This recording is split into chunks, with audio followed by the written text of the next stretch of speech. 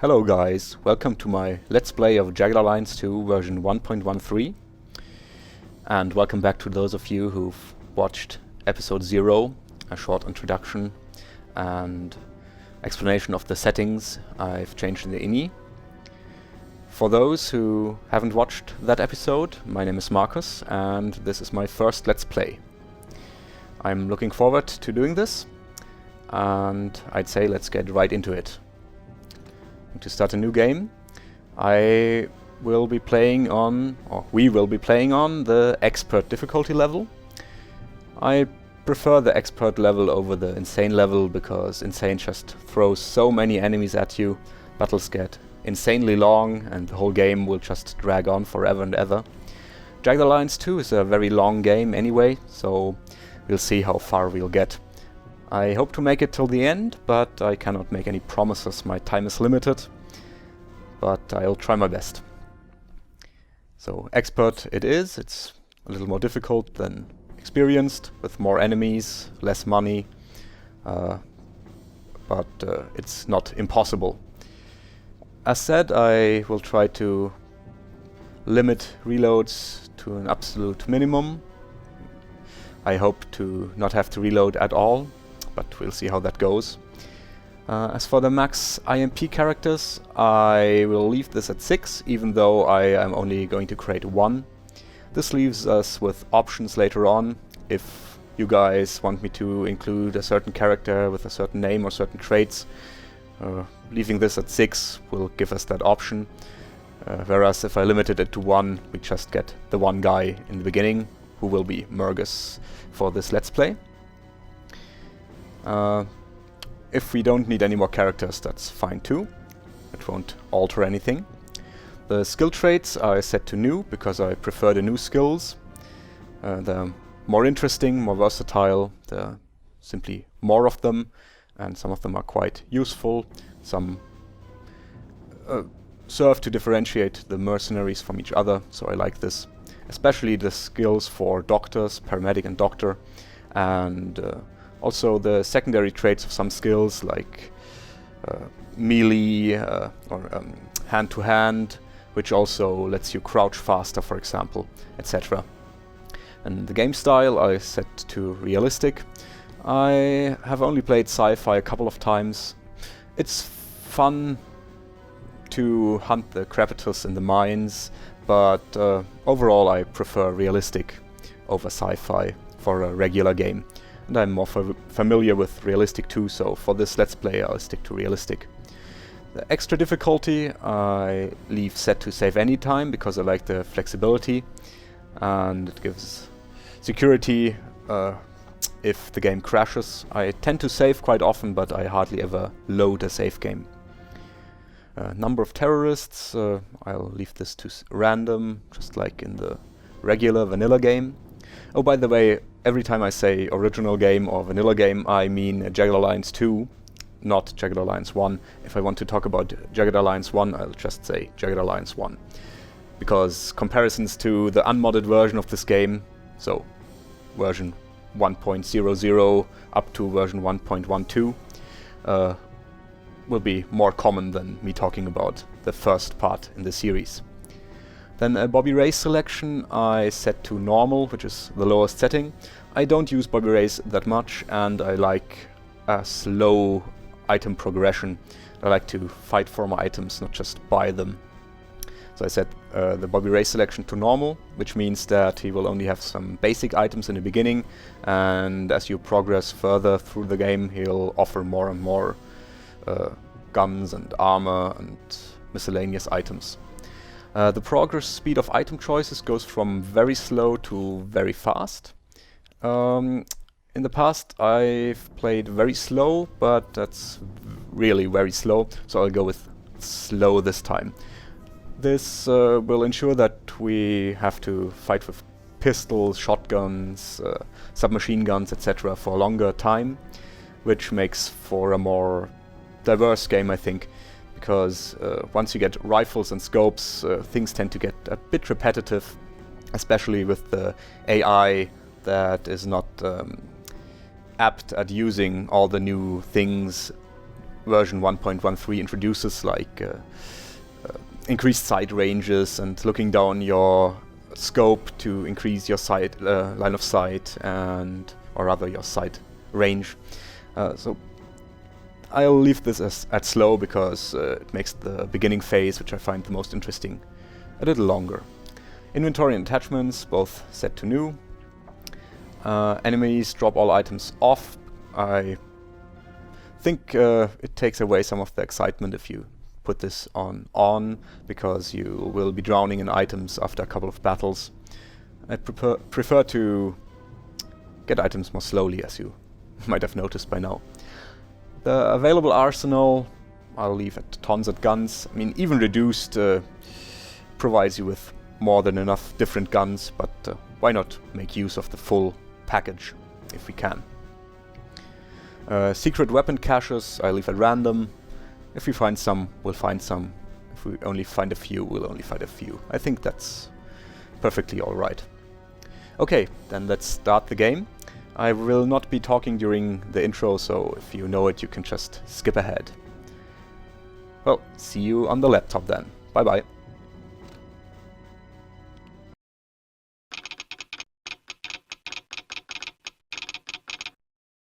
Approaching waypoint Charlie. Left column, please advise. Left column, please advise. Make it column.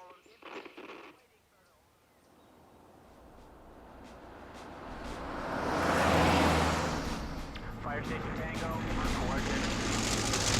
Fire station Tango, fire when ready.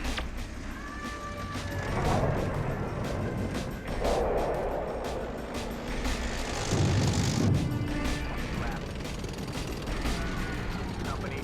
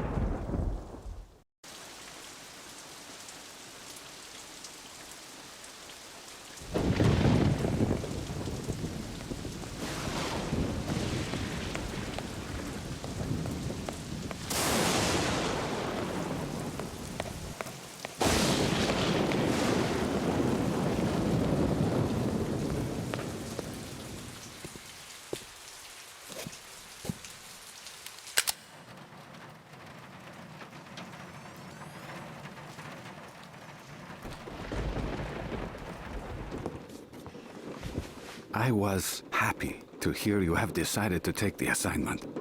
No doubt your inquiries have shown that I, Enrico Chivaldori, speak the truth. In the past 10 years, since killing my father and framing me, my wife has inflicted great suffering upon my people. Those that may be of value to her are imprisoned, beaten, and tortured. The old, the sick, even infants with birth defects are removed swiftly from the population. Now it is time to remove her. I have brought the money you requested. It is everything I have. However, Aruclo is full of gold and silver, and you might be able to convince the miners to help us in the struggle. There also exists a small but determined rebel movement. They are led by a man named Miguel Cordona. If you can locate Miguel, I have written a letter for you to give him. I believe he will accept you and prove to be an invaluable ally. I wish you luck, my friend.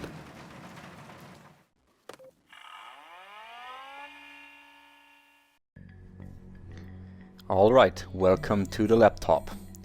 I love that intro and I watch it every time I start a new game. I also like the transition from the video to the actual gameplay. Now, this is the laptop, and just so we don't have this black border around it, I'll close it once. A little sneak peek at the map, then open it back up again.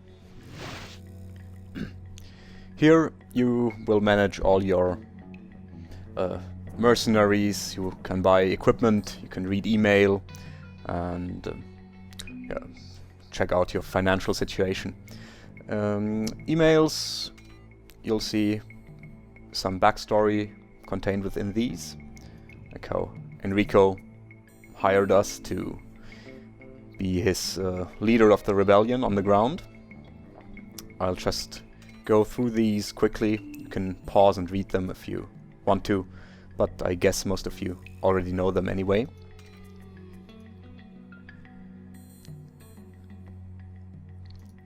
And then there's the RIS report, which is found in the files area. In here you can find some background info on Aruclo, the country we are going to liberate. I'll go through this quickly too. You can read something about the number of towns there are, and some background infos about medical facilities, and of course your enemy, ruler Queen Didrana, whom you've also seen in the intro at the beginning on the billboard the tanks passed on their way to the rebel camp. I'll click through this quite quickly too. You can pause and read if you want to. These texts are very well written, they're very funny and have a great sense of humor. I remember when I first got this game, I spent the entire first evening reading through all the different stuff in the laptop. Not only this report, of course, it's only 12 pages long, but there are also other things like the A.I.M website we'll visit soon, and all the emails and the other websites we will check out in a moment. Then there's this very interesting bolded email we haven't read yet, and this is, at first it looks like spam, but it's actually very useful, because if you read this email, you can visit this new website from your web browser. And here you can create, at the IMP website, you can create your own mercenary, which we'll do in a moment. Your secret activation code is right here, which you will have to enter on the website. I'd say we do that first. We have two bookmarks, A.I.M, because we of course know of the Association of International Mercenaries, where you can get some of the best mercenaries available. And then there's IMP, the Institute of Mercenary Profiling, which we'll do right now. You can see some small blurbs, some interviews, or some statements from people who've used the site before. These are also quite funny. Oh, let's check out the About Us page too. You can read through those texts if you want to, by pausing. Okay, let's start here. If you click begin, you'll first have to fill in your name.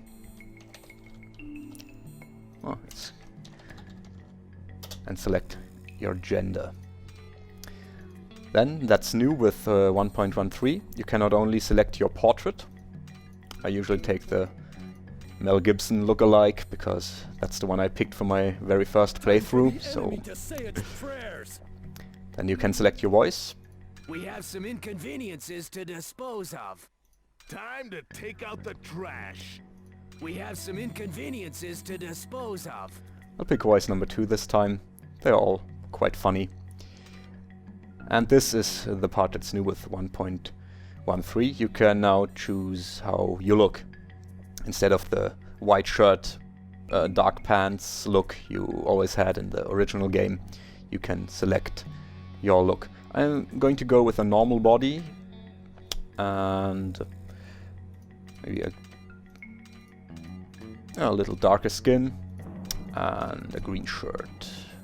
I think there's a light green or a more saturated green too. And then dark pants. The colors do not matter, it's not like you get extra camouflage points or something like that. You could run around in bright pink and it wouldn't matter. Alright, let's move on to the next thing. It's character. This used to be a questionnaire in the vanilla game with 16 quite funny questions you had to answer, and depending on how you answered you got different character traits, different special skills. But for 1.13, and this is actually a lot easier to deal with. You can just pick what you want and be done with it. Don't get me wrong, the questionnaire in the first, not in the first game, in the original game was very funny, and it was fun to do it even after the 10th time, but sometimes if you got unlucky, because there was some luck involved too, a random factor in the whole thing, you had to try a couple of times until you got all the skills you wanted. Alright, for the character trait I'll pick Optimist. All of these, except for Neutral, have a disadvantage and an advantage. For example, if you're sociable, you perform better if you're in a group of mercenaries, but if you're left alone, you will gain no morale at all. I tend to pick some of the ones that don't affect you that much. Well, most of these aren't. The effects aren't that big. It's a couple of percentages here and there. But I'll go for Optimist this time, which means that my morale will sink a little slower and will grow faster. Downside is that I will have a lesser chance to detect traps and mines, but I won't be our explosives expert anyway, so that doesn't matter that much. Next are the disabilities. You can either pick no disability, which means that you're just a well-rounded human being, but you can also pick one of the disabilities listed here. Most of them are pretty self-explanatory. If you pick one of these, you get 25 points, additional 25 points for your character creation, which is quite useful because most of these disabilities aren't that crippling. Psychotic can be annoying, especially if you want to shoot and then go into cover and your character turns into a psycho, or rather his psychosis gets the better of him and he switches to full auto or burst fire. It might cost so many AP that you cannot go back into cover, which I said can be deadly. I'm going to pick Nervous this time, because I'm quite nervous doing this Let's Play, and it's not that bad. You can suffer a panic attack if you're left alone, but I try to keep my mercenaries together, at least 2 of them together at all times, so when things go wrong, I have a backup man to patch up the guy who got hit or blown away by a grenade. Then the skills were also determined by the questionnaire in Jagged Alliance 1.12. Now with 1.13 you can pick them freely. These are very important, all of them are good, but for this playthrough I've decided to pick heavy weapons. You can never have too many heavy weapons guys, because they can fire grenade launchers faster. They also have an increased chance to hit, as you can read, with grenade launchers, rocket launchers, and they are way better with a mortar. I might be the one carrying the mortar, because I'm also going to get another ability that lets me carry more stuff around, and mortars are very, very heavy, so most people will be bogged down if they have to carry a mortar and some shells. But not this guy with bodybuilding, which is the skill that lets you carry more. Also, I'm going to go for Hunter. Hunter is nice because you get some chance to hit bonuses with rifles and shotguns, and are faster with pumping shotguns. But the most important thing about this for me is the weather penalties that are reduced, because in 1.13 there's a chance that rain or storm will start, and if you have to fight in either rain or a storm, your line of sight, your sight range is gravely reduced. If you pick Hunter, this penalty to your sight range is reduced by 25%, which is very useful because you can see the enemies before they see you, which is very important,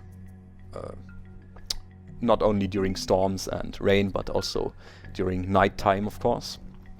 but there are quite a few night ops guys on the A.I.M roster, but not that many hunters.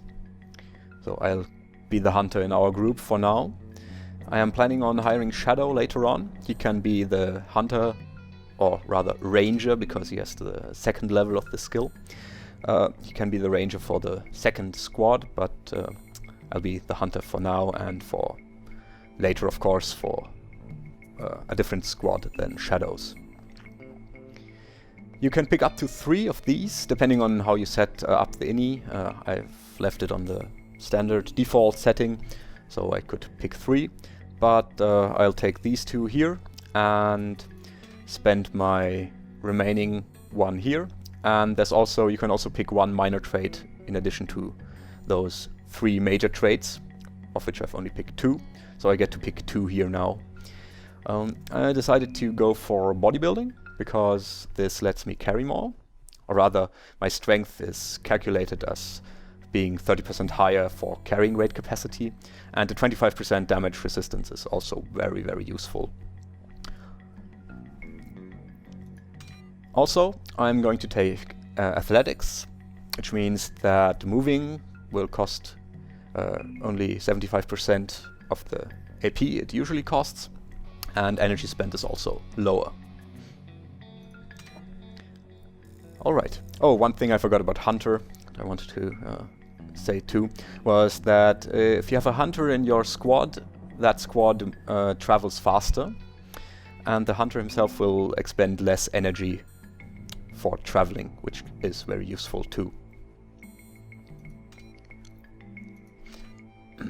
Now on to the attributes. Normally you'd have a few less here if you did not pick a disability, but because I picked a disability in the earlier stages of this process, I'm up to 150 bonus points. And you can see that some of these are not at the usual 35 or in the vanilla game 55 to start out with, but already set to a certain minimum. That's because the traits in 1.13 do require some stats to be at a certain minimum level. For example, athletics requires agility of 60, and hunter requires a marksmanship of 55, etc. Alright, I usually go about it like this. I'll set the values I want to have at the maximum first, and then see how many points I have left over. Health I would always set to 85, because it's very important. If you leave it at something like 60, you'll drop, or I can't go below 65. If I left it at 65, I'd often drop 1 full shot sooner. Also, health doesn't rise that easily. If you want to raise health, I'll have to be very patient, travel a lot with heavy backpacks, etc. The first couple of points, if you start out at 55 or so, the first couple of points will go rather quickly, but once you hit the 70, 75, it will slow down significantly. I like to have high health, and with any luck we'll be above 90 once we get to Meduna. Then agility is also one of the attributes I always set to 85. It determines how many action points you have, and as you can imagine, action points determining how much you can do per round, per turn, are very important. Also, agility is not that easy to get up. You can raise agility by sneaking around or behind enemies, but there's always the danger of the enemy turning around. I know there sometimes are enemies who are completely stationary, even their direction they look in is fixed, so you could just spend an hour real time to sneak your guys behind that enemy to rack up some agility points, but I don't like doing that. So 85 agility. Then strength also does not go up that fast, so I usually put it at 85. It's important for your carrying weight, and your carrying capacity is quite restricted if you put it low.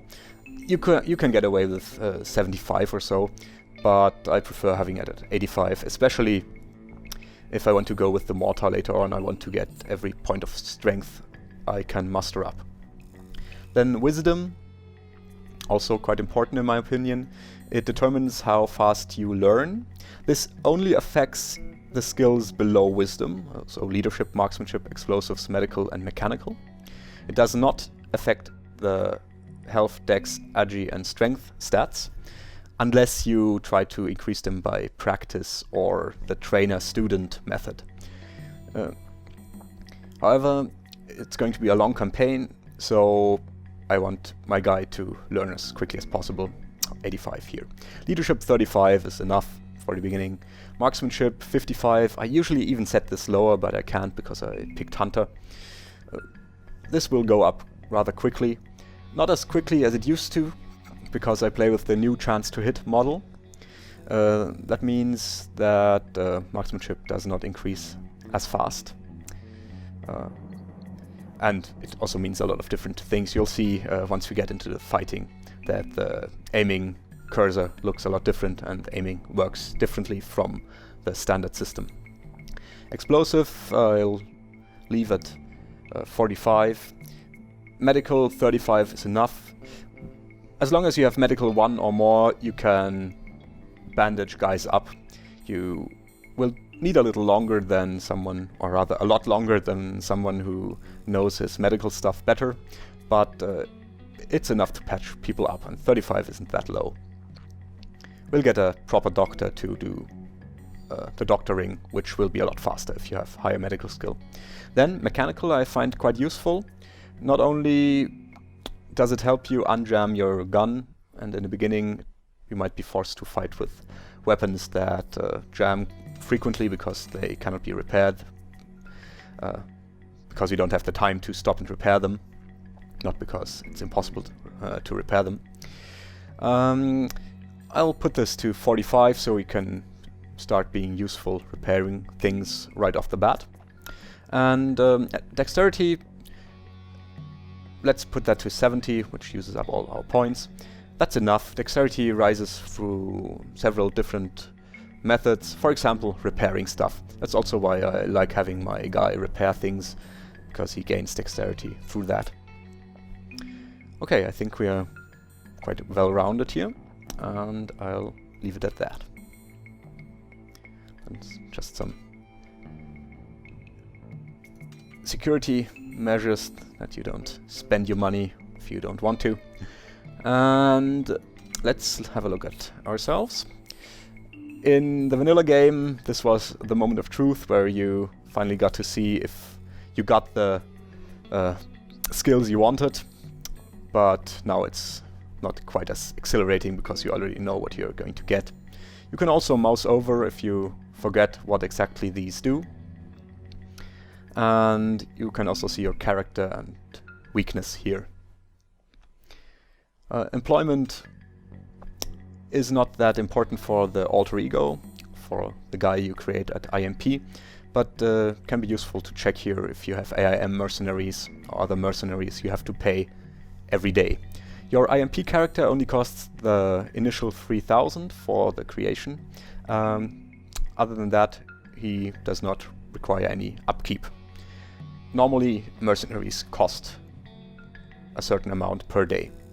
What's also new in 1.13 is that on the employment tab right here you have a list of kills. Well, you had a list of kills on the stats tab down here in 1.12, but here you can actually check how many elite soldiers, etc. he killed, how many tanks he killed. Yeah, and some other miscellaneous info, how many battles he fought, how often he got wounded, and how he got wounded. Achievements is new too, where you can see how many locks he's picked, etc. This is nice as a small bonus info, some statistics, but they do not actually affect gameplay. Then in the inventory we can check out which items we got. You will always get the Tim's Combat Pack and Tim's Backpack combo. If you pick certain skills, like for example Hunter, you get some special items. We got a shotgun here. You also get an additional load-bearing equipment, a combat bag, which is very useful because these provide a lot of space for items. We got the grenade launcher here with, well, 2 smoke grenades. That's not too bad. Smoke is very useful. And once we get more 40mm grenades, this will become very, very useful, especially with this heavy weapon skill. That's why he got it too, because we picked heavy weapons for him. As a sidearm, the Browning High Power. Which weapon you get also depends on how high your marksmanship is. If you pick marksmanship 80 to 85, you will always get an MP5-10, so a 10mm version of the MP5, which I would not recommend getting, because 10mm auto ammo is very rare. If you go to 79, marksmanship 79, you will get a 9mm variant of the MP5, so I'd recommend doing that. If you want high marksmanship, better keep it below 80, so you get the MP5. I think A4, so the fixed stock version in 9mm, which is plentiful in the beginning of the game especially, but also later on. But in the beginning it really hurts if your weapon is out of ammo and you cannot get any more ammo for it. Not so much because you don't find weapons, but most weapons you find are in very low condition, so they will jam and be less accurate, etc., which is not what you want, of course. And the weapons you're provided with here are always at 100%. Then we get 2 magazines for the pistol. 40 Smith & Wesson isn't that common in the beginning, but I think we might find enough to sustain us. Here's the shotgun too, and 7 additional shells. 2 canteens, that's nice too. Canteens help you recover energy, lost energy, especially after being hit by a grenade or a vacuum grenade. I think they're called stun grenades here. You might want to take a couple of sips from your canteen. You only really need 1 per soldier, per mercenary, but you can pass one on to his friends we'll hire in a moment. The letter is the letter mentioned in the intro, which we will give to Miguel once we meet him. Okay, sadly we did not get a first aid kit. First aid kits are very useful too in the beginning, but we'll have to make do. Alright, let's visit the other website we have here. It's A.I.M, the Association of International Mercenaries. This is also the agency you used in Jagged Alliance 1 and Deadly Games, the standalone add-on for Jagged Alliance 1. So, before you go to the members section, where you can hire the mercenaries, you might want to take a look at the policies. These are quite fun to read. I'll just go through every page quickly. If you want to read them, do so. Pause and read them. They're quite funny. Lots of humor in these pages. But also some helpful info if you've never played the game. How health insurance works, for example. Or where you can have your mercenaries dropped off when they arrive in Aruclo. And how the contract can be ended, etc.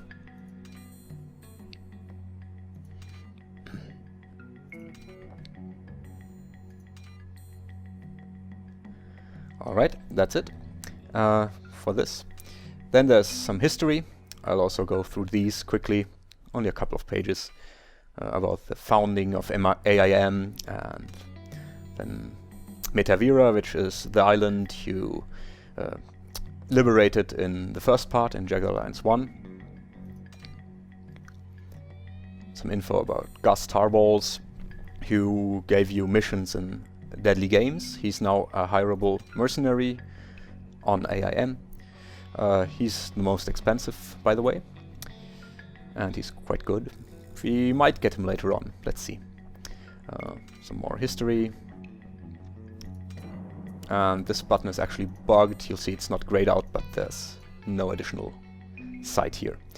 Oh, and the links are very useful. First, there's Bobby Ray's, where you can order guns and armor and load-bearing equipment, grenades, etc. For now, it's under construction. It will only open up once we liberate an airport. Usually, it's Drassen Airport, but you can also open it up when liberating Meduna Airport.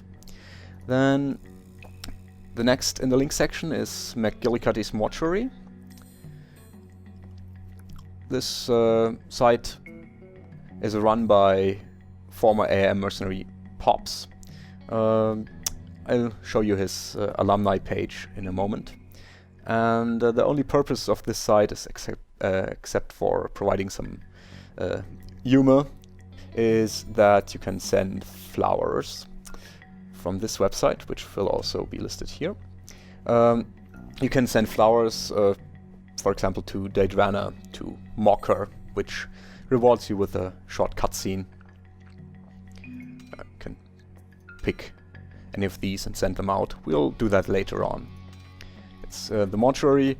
If you click on any of these, you'll see that it's out of service at the moment because someone has died, someone in the family.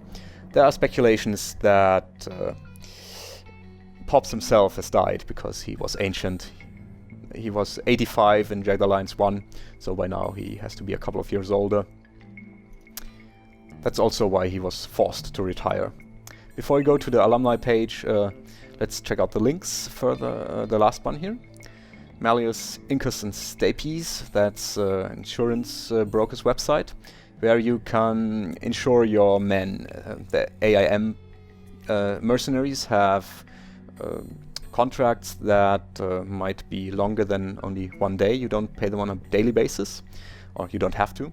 You can hire them for longer periods of time, but you pay them up front. So if they die, if you hire them for 2 weeks and they die after 2 days, you won't get any money back. You will have spent all that money for them for the stay of 2 weeks, but you only got 2 days worth of service. So here you can insure against losing all that money. This states that I don't have any A.I.M personnel, which is alright because I don't. But usually they'll be listed here, and you can buy for a couple of $100 depending on the value of the mercenary and how long the remaining contract is. You can buy insurance, so you get money back if a mercenary dies with time left on his contract. Alright, here on the members page you can go to the mugshot index, where you can see all of the mercenaries available. Don't be confused, Bull and Fox and Grizzly, Igor, all the cheapos are not missing. They're simply on page 2 now, because they have added new mercenaries from Wildfire, Rudolph and Monk for example. So this page isn't enough anymore. They had to split it up into 2. You'll also notice that none of these are on assignment. That's because I changed an ini setting to have all mercenaries available to me at the beginning of the game. They will go on other assignments later on, but for now we can freely pick whoever you want, as long as our money permits it, of course. But before we start hiring the rest of our team, we already have Mergis ready. I am going to show you the alumni gallery for a brief moment. Here you find on 3 pages all the mercenaries that are no longer with A.I.M, that were in the other games, in Jagged Alliance 1 and Deadly Games. You can click their faces. This is the guy who runs the mortuary, or maybe ran the mortuary, depending on who died in his family. And yeah, this gives some nice background info. All these texts are quite funny, but I'm not going to click through all of them. If you want the info on a specific mercenary on here, just let me know in the comments. Just go through some of the ones we will encounter in this game. Larry, for example, he moved to MERC, a competitor to A.I.M that will send us an email in a couple of days. He won't be there, he won't be available through MERC right off the bat, but we can get him later on once we paid some money to MERC, so they can actually afford Larry's services. Rubens is a funny guy. Ruben, we won't be seeing him in this game, but he was in a mod, I think in Biohazard, together with Kelly, for example. Tex does appear at MERC in the newer builds of version 1.13, but not in this one, as far as I know. But I think by now all of these guys on all 3 pages have been implemented into the game. So all of these, even the ones that have died, according to the backstory here. For example, Bob, he crashed his airplane outside of Phoenix and died. But all of these guys are playable by now with voices. A couple of people took the time to convert the Deadly Games and Jagged Alliance 1 speech files and add some new ones that were missing in the older games. So you can hire some of these guys from A.I.M, some from MERC. Some, like Camus, you can find in Aruclo. That was also present in the original game, but that you can have all of these as recruitable characters is new. Camus we shall meet later on with his ice cream truck. You can already read up on it here. He was seen stealing an ice cream truck heading to Istanbul in it, but somehow he ended up in Aruclo. Carp is the guy who will send you emails about the medical insurance of your A.I.M mercenaries, and he will also inform you if mercenaries die on other assignments, because that happens. I think on this difficulty setting, up to 3 A.I.M mercenaries will die on an assignment other than ours. So we'll just get an email from Carp telling us about that. He's also the guy that Spec talks about when you visit his website. He's the one who runs MERC, the website that tries to compete with A.I.M, where you can later on, for example, hire Larry. He will talk about Carp, that Carp Melfield used to carry water for them and carry their stuff. So many of these make an appearance, even if only in backstory or that someone mentions them, but some of them are actually recruitable. And we will be seeing Mike, of course, who was the most expensive mercenary in Jagged Alliance 1 and Deadly Games. He asked for $10,000 per mission, or per day in Jagged Alliance 1, and he had, I think, all stats except for medical above 90.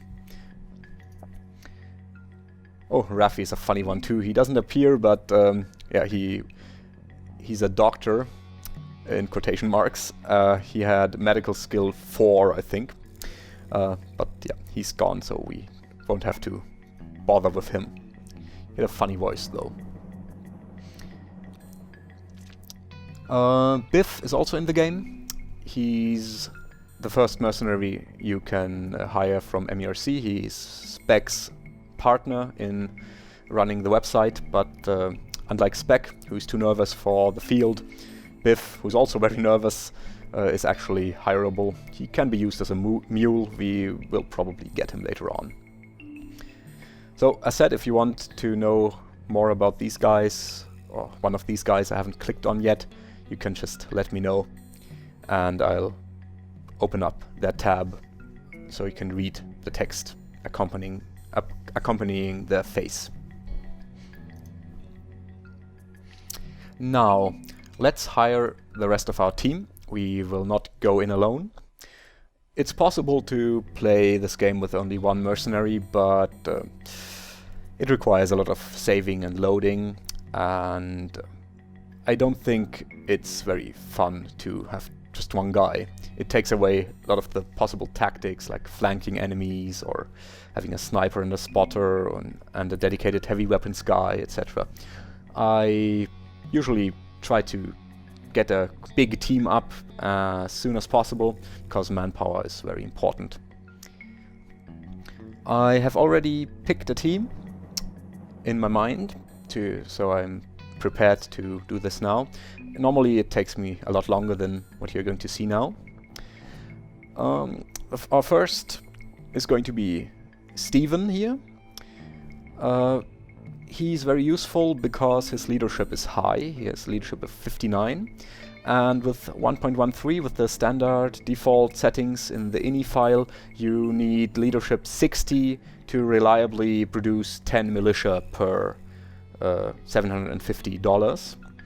People who have lower leadership will produce less, and people who have leadership below 20 cannot train militia at all. They need to study up on their leadership skills first. So he's very useful, because I don't like spending $750 just to get 2 or 3 militiamen out of that. Also, his health is high, which is always useful. He can take some hits, and his experience level of 5 is just awesome in the beginning. He also has Deputy as a trait, so that means that mercenaries around him will get certain bonuses. For example, they will be more resistant to suppression fire, and they will have more action points actually. 5% more, which is very useful. Here you can see that you can hire mercenaries for either 1 day, 1 week or 2 weeks from A.I.M. As you can see, if you hire them for 2 weeks, they are a lot cheaper. Normally it would be 21,000 for 2 weeks if you calculate it by taking this times 14. So you save 4,000, but we cannot afford that. As you see, we only have, as you can see, we only have 27,000. 3,000 were gone, are gone because we created Mergus, and now we pick the A.I.M guys for the rest of the money. As said, we cannot afford the 2-week option. 7,000 would be too much, because we want to get more guys than just him. And we will also have to pay a medical deposit, and we will have to pay for this gear.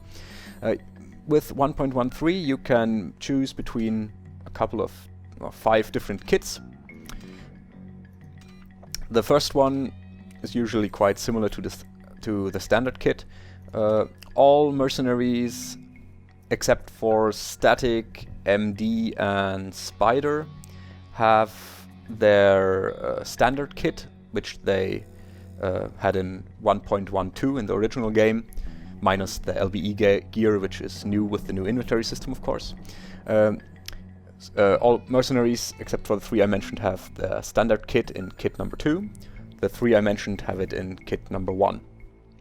And kit number 3 is usually a little specialized, so that's hollow point ammo and a grenade instead of 2 clips, 2 mags of submachine gun ammo for the MP5K. And this one's for night fighting with a brake light and a flash suppressor. And kit 5 is usually more expensive. You can see here that it's 4,000 instead of about 2,000, around 2,000 for the cheaper ones. This is so you can make use of the equipment even if you hire him later on in the game, because the loadout does not change for the A.I.M guys or the MERC guys. Okay, these are quite similar. The MP5K is nice because it has a burst mode and single fire.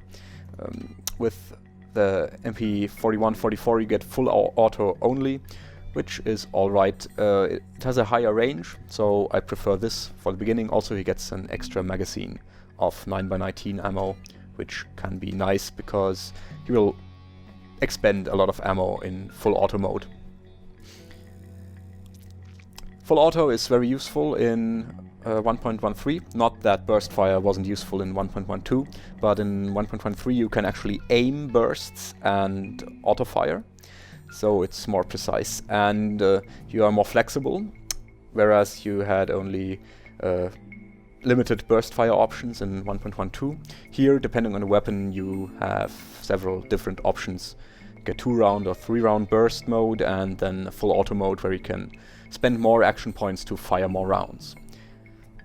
Alright, I said I have picked the team, so I know how many days we can afford, and him we can only afford for 1 day for now, because as said we want to grab some other people too. Stephen Rothman. And you were proposing a duration of? All mercenaries hireable from A.I.M have some more lines if you wait. I consider myself a security specialist, but if you review my records, you'll see that it's by no means my only area of expertise. They often give additional info about their skills or about their likes and dislikes of different other mercenaries. And they also have... You're wasting my time. Exactly, they have an impatient quote too.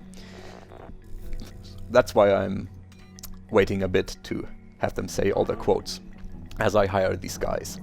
So 1 day and hire. I accept the contract with hopes for good things to come.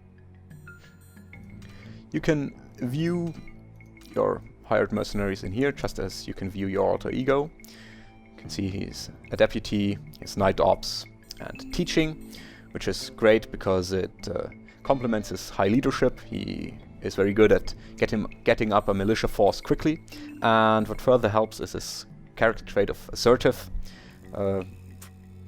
which will give him a boost to militia training too. Night ops, I don't really like fighting at night, unless it can't be helped, because it's quite dangerous since the ranges of engagement are so short. If something goes wrong, you can easily lose a mercenary to auto-fire, to enemy auto-fire. So I try to avoid them as much as possible, but if we are forced to fight at night, it's very useful to have a night ops guy, because he gets especially improved interrupts and effective sight range.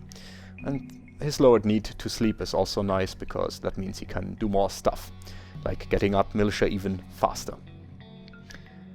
Here in the employment tab you can see how much he cost you. This includes the daily cost for the 1 day we've hired him, plus the equipment, and then you can see the medical deposit. The medical deposit is explained on the A.I.M website on one of the pages I showed you, but you can also I can just explain it to you now. It's an additional payment you have to make for most A.I.M mercenaries. If they get injured and you dismiss them while they're still not at full health, part of the deposit will be kept, so they can sustain their living while they're out of commission before they can go on the next assignment. If they die, all of the deposit is lost. Let's go back to A.I.M. You can go back to the overview by right-clicking the portraits. The next person I want to hire is Meltdown. She is a decent fighter. She's mostly a frontline fighter, even though her health is rather low with 78. But she does have some useful skills. She's a heavy weapons specialist, and she's a gunslinger. Gunslinger is very useful, especially in the beginning, but also later on, because her pistol shots will cost less AP and will be more accurate. For her, we will pick kit number 2. I know she only gets one weapon this way, only the Beretta 93R, and it costs more than the first kit, where she would get 2 Colt M1911A1s. But we can get similar guns easily from enemies. The 93R will appear significantly later, and it's a very good gun. It has a nice range of 13 or 14, I can't remember, and it has a burst fire mode, which is great.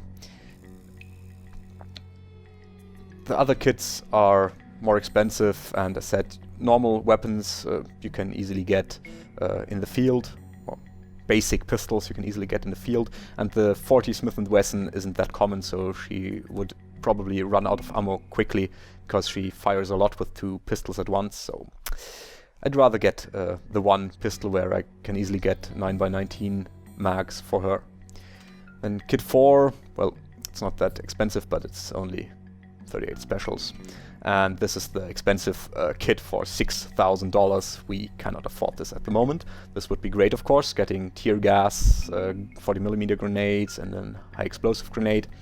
But as said, it's too expensive at the moment, so we'll just go with kit 2, which is also the original kit, minus the LBE, which wasn't present in 1.12, because the inventory system was a lot simpler back then. Alright, we can get her for 1 week. Yeah, meltdown. This about a job? So, what kind of deal you looking for? Let's just wait for her next quote, next line. I still have a photo of the first person I ever killed. She's very aggressive, but she's not a psychopath. She won't she won't switch to auto mode, unless asked to. Gee, another heavy breather. You guys are so twisted. Well, women mercenaries on A.I.M seem to be plagued by some problems. You'll see what I mean when we get to Fox. Alright, deal. We'll get Fox next, and I'd like to explain how I figured out whom to get for how long. I usually take a look at the guys I want and try to figure out how long we can get them in the beginning. This here, Steven, you can see that the difference between getting him 1 day and 1 week isn't that great. If you calculate it like this, 7 times the 1 day fee, that's 10,500, only saves you $500 compared to the 1 week fee. So we'd only save 500, but would sacrifice a lot of money in the beginning. So we can simply get him for 1 day without spending much more when we extend his contract by 1 day at a time. Also, he's already experience level 5, so he will not rank up that fast, because and that's useful because every level up, experience level up, mercenaries will demand more money. At least the MERC guys and the A.I.M guys. The fee goes up by 25% every level up. So he's a high experience level and won't level up that quickly, not as quickly as the lower level guys. So it's not that important having him on a longer contract. Because if you have someone on a longer contract and they level up, the time you've already paid for stays at the same price. You only have to pay more once you extend the contract. Alright, Meltdown's hired. For her, if we do the math again, it's 7 times 800, it's 5,600, so we save 700 for her and have to spend a lot less money than on Steven. That means this is the obvious choice for the 1 week contract. As you can only afford one 1 week contract, the rest will have to be 1 day contracts. For Fox, 7 times that's 4,375, so we'd only save 375 if we offered her a 1 week contract.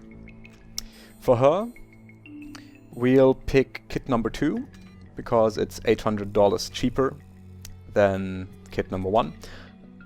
Or no, we'll probably go with one where she gets 2 pistols.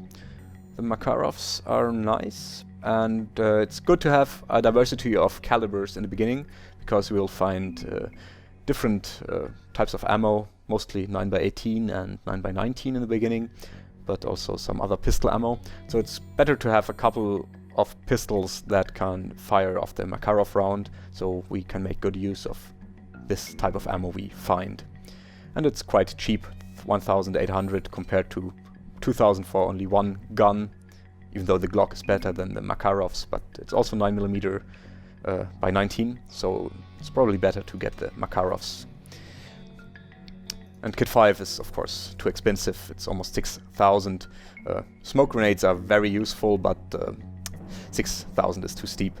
And we don't need the armor-piercing rounds at the moment, and hollow points would be nice, but we'll find some anyway. Well, she gets Glock 18s here, which are very useful because they have very fast auto fire, but it's too expensive at the moment. We want to get another soldier, another mercenary, so we'll go with the cheaper alternative, that is the Makarovs, and yeah, we'll hire her. The fox is listening. Okay, I imagine you'll want to get maximum value and go long term. Let's wait for her next line. Don't let my looks deceive you. While I take care of myself, I'm also quite capable of taking care of others, too. I prefer her English voice over the German one. The German one is a little over the top with the sexual stuff, I think. You're not wearing pants, are you? And that's the problem I was talking about when Meltdown was complaining. They seem to get some naughty callers. I'll get my things together and I'll be there as soon as possible. And the last guy we are going to get for now is Grizzly. He's very useful because he has high health and high strength. He also has the heavy weapons perk and bodybuilding, so he can carry a lot. Bodybuilding is the skill that gives him 25% damage resistance and 30% more carrying weight. For him, a 1-week contract isn't worth it at all. You'd only save, what is it, $175. So we can afford giving him a 1-day contract and extending that. Doing the math here usually pays off. For the guys I've picked, it's not that important, but some are quite different. Let me show you. Always happens to me. I'm not yet used to the page 1-2 button. For example, Dr. Q, 1 day costs 1,500, same as Steven, if you remember. But the 1 week only costs 7,500. So that's 5 times the 1 day pay. For Steven, that's... Oh, where's Steven? Oh, he's way up here. For Steven, it's 10,000. And if you compare the 1 day cost, you can do the math. It's definitely worth it giving Dr. Q the 1 week contract. But the difference between the 1 week and the 2 week contract isn't that big for him. It's $2,000, while it's for Steven $3,000. So pay attention if you hire mercenaries at the beginning of the game, especially when money is tight, especially on the expert level, because you only get 30,000, 45,000 on novice, 35,000 on experienced, by the way, and only 15,000 on insane.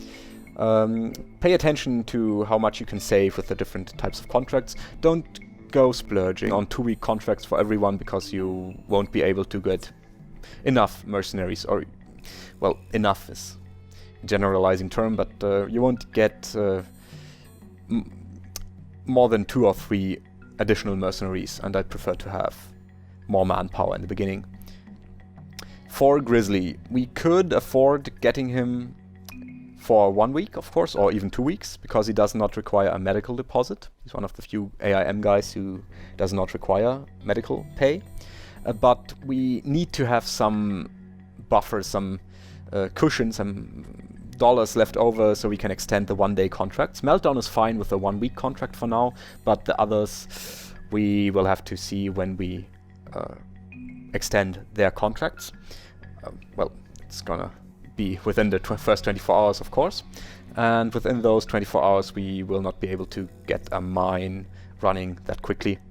Even if we managed to get Dressen mine very early on, it would still need some time to generate income. It only starts during the daylight hours.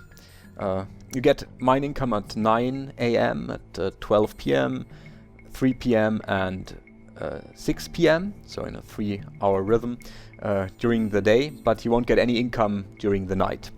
So if we manage to grab the mine at, let's say, 4 p.m., we will only get 1 income, which is a fourth of the daily income, at 6 p.m., so that wouldn't be enough to extend the contract of the other guys. So we will only get him for 1 day as well, as most of the others. And I've been contemplating this, but I think we won't take any equipment for him. I mean, it's nice getting close to perfect condition armor and a weapon for him, and the MP holster is very useful too. But the Desert Eagle 44 or the 357 you can get over here with only one magazine isn't that useful. It's very slow, takes a lot of AP to fire, and usually you want your pistols to fire quickly. It does a lot of damage and it's quite accurate, but we don't really have the ammunition to support it. 44 Magnum isn't exactly omnipresent in the beginning, and these mags are very small, only 8 rounds per mag, so that's 24 on this stack and 16 shots HP plus the 8 in the weapon. That won't last us very long. I'd rather get... and it's $1,700. I'd rather get him without equipment and equip him with things we find in the field. Also, Fox gets 2 pistols. She can spare one for Grizzly. Of course, she won't be able to make use of her ambidextrous skill while she only has 1 pistol, but we'll survive the first couple of battles until we find some pistols that Grizzly can use. Yeah, what do you want? How long we talking about here? And not getting the extra gear, that's one more day of Steven, for example. You bring the brain, I'll bring the brawn, you know. And let's wait for his impatient line.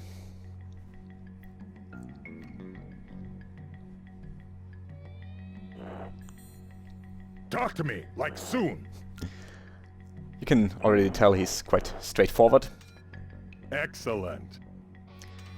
And not exactly a guy to talk too much. Okay, let's review quickly. Well, as you might have noticed, we have 3 heavy weapons guys. Mergus, Meltdown and Grizzly. This is not that useful in the beginning, but once you start getting grenade launchers and rocket launchers, it becomes very, very useful. Also, this squad, or these guys, aren't going to be staying together indefinitely. I will split them up into different squads later on, once we can afford more mercenaries. So it's great to have at least 1 heavy weapons guy on each squad, preferably 2. In the end, or close to the end of the game, you encounter tanks, quite a few of them, and they can only be damaged by heavy weapons, so it's great to have one who can actually properly use heavy weapons. They also deal with the new traits 30% more damage to tanks, the soldiers who have the heavy weapons skill. Alright, so we have Mergus with heavy weapons, Hunter, which boosts our traveling speed and helps us if we have to fight in rain or a storm, because Mergus sees further. Athletics will allow me to move further, and bodybuilding, which is great for the damage resistance and more carrying weight. Then Steven as our deputy, who boosts all of our neighboring mercenaries up to a range of up to a distance of 10 tiles or 20 once we get extended ears. And he's great at getting up militia too with his high leadership and his teaching ability, plus him being assertive helps too. And he's our guy for night ops if we are ever forced to fight a night op. Then Meltdown, she's great later on with heavy weapons, but also useful in the beginning with Gunslinger and Ambidextrous, which means she can fire 2 pistols at once without getting a penalty, and she can reload things faster. Do some additional stuff you can read here. Then Fox, she's our medic with paramedic skill. This is very important in 1.13 because with paramedic you can actually heal up stats damage. Some hits will reduce certain stats. For example, if you get hit in the shoulder, your dexterity will go down. If you get hit in the chest critically, your max health will go down. If you get hit in the legs, your agility can drop, etc. And only if your medic or doctor has the skill paramedic or the second level of it, doctor, he or she can actually heal those back up to the full stats value. It's very important. Also, she's ambidextrous, which means 2 pistols for her. And teaching, she can be our backup militia trainer together with Steven. You can always have 2 guys per sector training militia in city squares where you can actually have militia. And one of those should always be at a high leadership, so you don't get less than 10 or at least 9 militia men per training cycle, per $750. But only one of those 2 has to have leadership at a high level. The second one only needs 20, so he can actually, or she in this case, can actually start training. Of course, training speed will go up if leadership goes up, but she can help out Steven if she doesn't have to patch anyone up. And then Grizzly, he's also a heavy weapons guy, hand-to-hand. Is not that useful because hand-to-hand attacks occur only rarely with the style of play I am going for. It's very risky just charging an enemy who's wielding a gun to punch him out, especially if you don't know if he has some buddies waiting just out of your sight range who will interrupt you if you come running up to the guy you want to punch. So I don't use punching that often, but it's useful from time to time, and it gives you some extra bonuses like minus 25% APs needed to change your stance. That's quite useful, and less APs needed to turn around or climb on and off the roof and jump obstacles. That's very useful. And we can use Grizzly to win the boxing matches in San Mona later on. That provides us with some extra cash and another quest. Then bodybuilding is the same as for Mergus, of course, damage resistant and carrying strength. He's primitive. That means that his energy goes down slower when he is traveling, for example, or when he's doing something he likes, except for doctor, repairman, militia trainer, or studying by himself. His other skills, like, or rather the skills that rise more slowly if wisdom is low, will rise more slowly for him too, in addition to his mediocre wisdom. He's not too bad, but he's not exactly Einstein either. Fox is a show-off, which means that she has better performance if there are mercenaries, male mercenaries around, but other women around her, in our case Meltdown, will have will have less morale, or rather slower growth of morale. She's malicious. That means she cannot talk with people as well as she could without being malicious, but she will also do more damage in ranged combat with critical wounds. Alright, let's get started. I'll see you in the next part when we fight our first battle. Bye bye.